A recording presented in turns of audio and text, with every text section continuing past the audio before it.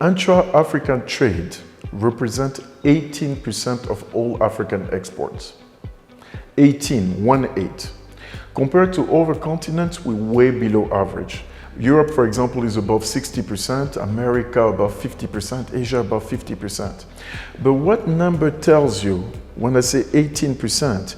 It really means that when you look at the resources of the continent, especially the financial resources, only 18% stays within the continent.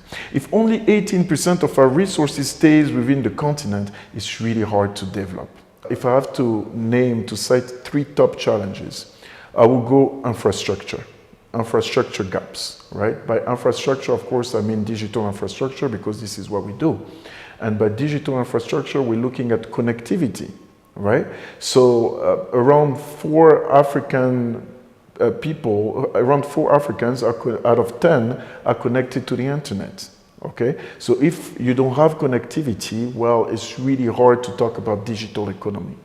The second thing is affordability. When I talk about infrastructure, connectivity, affordability.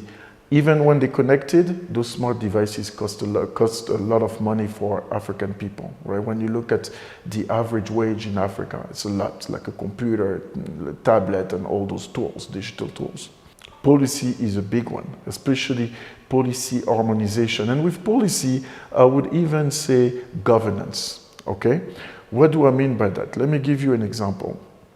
If I'm a small African business and I'm selling things in Zimbabwe, then if I go to Rwanda, it's a total different policies, right? So I have to redo it again and the costs are high and the adjustment is difficult. Only big companies, international companies, can go in different markets in Africa this way. If we want to support our African businesses to grow and scale and innovate, we need to make sure that the policies are harmonized.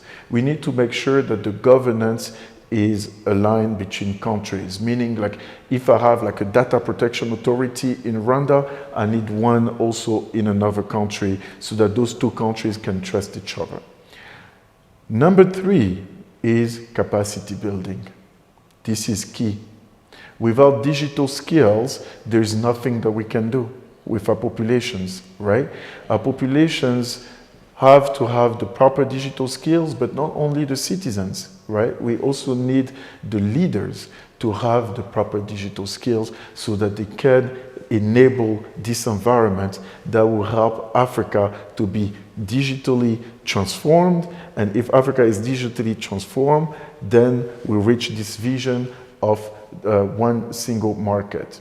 Now, all those challenges, the consequence of all those challenges is the lack of trust. Because if you don't have connectivity, if you don't have the devices, how can you trust digital tools? It's very difficult.